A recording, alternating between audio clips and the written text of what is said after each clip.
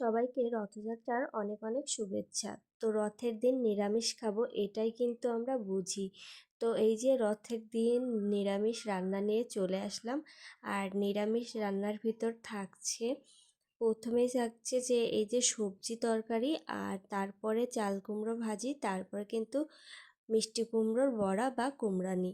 তো প্রথমে আমি এখানে সব কিছু কেটে নিয়েছি, ধুয়ে নিয়েছি, বেটে নিয়েছি।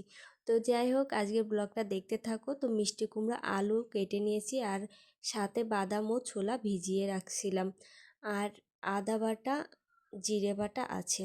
তো যাই হোক, তেলটা গরম হয়ে গেল, আর তেলের ভিতর ছেড়ে দিলাম শুকনো লঙ্কা, তেজপাতা ও পাঁচফোড়ন, আর এগুলো দিয়ে আলু, মিষ্টি কুমড়া দিয়ে সুন্দর করে ভেজে নেব। আলু ও মিষ্টি কুমড়া নাড়াচাড়া করার পর এখানে হলুদ ও লবণ দিয়ে এটাকে ভেজে নেব। একে একে সব কিছু আমি এখানে অ্যাড করব। তার আগে অবশ্যই কিন্তু রান্না করার 3-4 ঘন্টা আগে ছোলা ও বাদামটা ভিজিয়ে নিতে হবে। ছোলা ও বাদামটা ভালোভাবে ভিজলে কিন্তু ছোলাটা ভালো সিদ্ধ হবে ও খেতে ভালো লাগবে। এখানে আমি কাঁচা ঝাল, শুকনো ঝাল ও গুঁড়ো ঝাল তিনটেই ইউজ করেছি। তোমরা চাইলে একটা দিয়েও করতে পারো।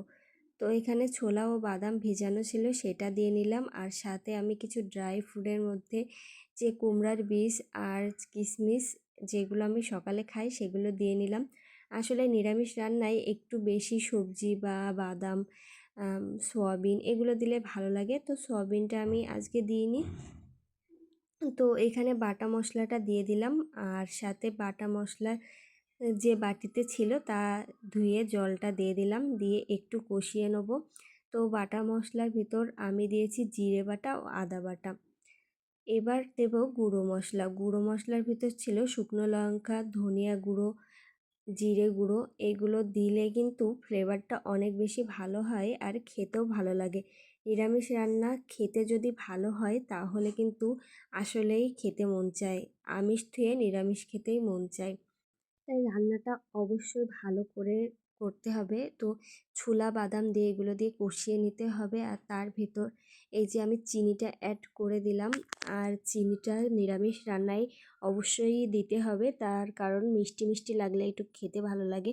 আর এখানে দিয়ে দিলাম আমি গাওয়া ঘি। তো এই যে গাওয়া ঘি, আর এটা দেওয়ার পর কিন্তু ফ্লেভারটা অনেক বেশি ভালো আসে, আর খাওয়ার সময় মানে খুব সুন্দর লাগে তরকারিটা। যারা নিরামিষ খাও তারা তো অবশ্যই জানো যে কতটা ফ্লেভারফুল হয়। তো এখানে পরিমাণ মতো আমি জল দিয়ে নিলাম, আর এটা ফুটছে তরকারি। তো ফোটার সাথে সাথে আমি অন্য একটা কাজে ব্যস্ত হয়ে গেলাম। তো এই যে এখানে কিন্তু আমি বেসন নিয়ে নিয়েছি বেশি করে, আর এর ভিতর সব গুঁড়ো মশলাগুলো দিয়ে নেব। তো জিরে গুঁড়ো, হলুদ, তারপরে শুকনো লঙ্কা গুঁড়ো, ধনিয়া গুঁড়ো, লবণ, এগুলো অ্যাড করে আমি জল দিয়ে মিশিয়ে নেব। অবশ্য অল্প অল্প জল দিয়ে ব্যাটারটা একদম পারফেক্ট করে নিতে হবে। তো আমার ব্যাটারটা দেখে বুঝতে পারছো যে বেশি একটা ঘনও না বা বেশি একটা পাতলাও না, এভাবে করে। আর এখানে মিষ্টি কুমড়োর স্লাইস কেটে নিয়েছিলাম, ওটাও বেশি মোটাও না বেশি চিকনও না, এভাবে কেটে এইটা কিন্তু একদম ডুবো তেলে ভাজতে হবে। তো আমি কড়াইটা আবারও তরকারিটা নামিয়ে পরিষ্কার করে এখানে দিয়ে দিয়েছি, আর সাথে ভাত হচ্ছে রাইস কুকারে।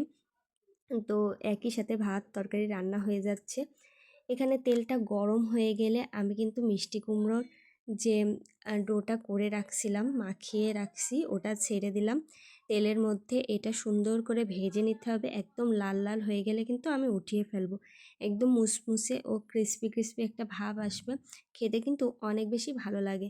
তো এটা গরম গরম খেতেই ভালো লাগে। আর সাথে কিন্তু আমি এখানে নিয়েছিলাম চাল কুমড়ো। চাল কুমড়োটা তেলের মধ্যে তেজপাতা, একটু ঝাল, আর হচ্ছে এখানে আমি জিরে গুঁড়ো অ্যাড করছিলাম, লবণ হলুদ দিয়ে সুন্দর করে ভেজে নিয়েছি। আর এইভাবে নিরামিষটা রান্না করলে বেশ ভালো লাগে। তো আজকের ব্লগটা এই পর্যন্ত, আশা করি তোমাদের ভালো লেগেছে। ভালো লাগলে লাইক, কমেন্ট, শেয়ার করো। So tata.